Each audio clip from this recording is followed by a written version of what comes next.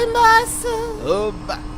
Vem consertar a luz? Não, vim resgatar você. Chamaram É o que quê? você tava preso aqui. Quem disse que eu tô preso? Vai tá sem força. Quem disse que não tá passando energia não, ô burro? Você acha que eu subiria aqui? Bem, me chamaram pra vir aqui te resgatar e eu vou tirar você daqui de cima. Quem mandou você subir aqui? Eu não preciso de alguém me mandar, eu sou um gato. O meu trabalho é escalar as coisas. E o meu é resgatar inocentes em situação de perigo. Então eu vou te resgatar, Eu queira não- você ou não.